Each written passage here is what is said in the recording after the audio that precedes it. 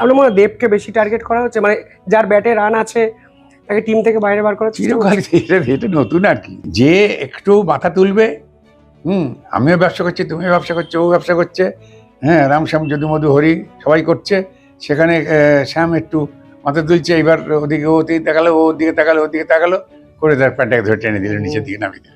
কিন্তু চিরকালের নিয়মের মধ্যে পড়ে এগুলো আলোচনা করতে তো খুব লজ্জার চেয়েও যদি নিকৃষ্ট হয়, সেইটাই ভেতরে উথালি পাতালি হয়, আলোচনা করতে ইচ্ছা করে না এগুলো।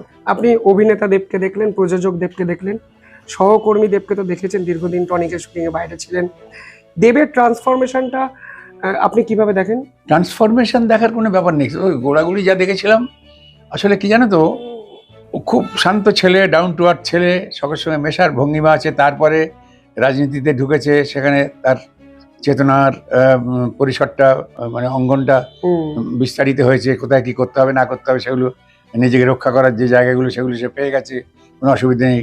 কিন্তু অভিনেতায় মানে, এবং তার চেয়ে বড় কথা হচ্ছে যে ব্যবসায়িক যে ব্যাপার ট্যাপারগুলো সেগুলো ভীষণভাবে ডেভেলপ করে গেছে, যার জন্য প্রতিদ্বন্দ্বীরা একটু সতর্ক হয়ে গেছেন। কিন্তু আমি তো ওসব দেখি না, সে করছে তো তার একটা মানুষ, সে লড়াই করবে সব কিছু দিয়ে, দেখেও ভালো লাগবে। কারণ তার যখন একদম এইসব কিছু ছিল না, তখন তার সঙ্গে কথা বলেছি তো আমি মুগ্ধ হয়েছি ওর ব্যবহার এবং ডাউন টু আর্থ অ্যাটিচিউডের জন্য। সেও বলেছিল, তো আমি বলেছি, বহু জায়গায় বলেছি, তোমাদের এখানে বলছি, আগেও বলেছি হয়তো, মিরাক্কেলে এসে ও তখন বাংলা উচ্চারণটা ওর তো চিরকালই সেটা স্বীকার করে, এখনও উচ্চারণ ভালো না, অভিনয় তো এখন শিখতে হবে, অভিনয় এখন আমি তো আরো জ্ঞান দিতে বসতে পারবো না। সেদিক দিয়ে ওর সব জিনিসগুলো উন্নত হয়েছে অনেক বেশি, কিন্তু অভিনয়ের জায়গাটা, হ্যাঁ, ওটা আরো উন্নত হওয়ার কথা।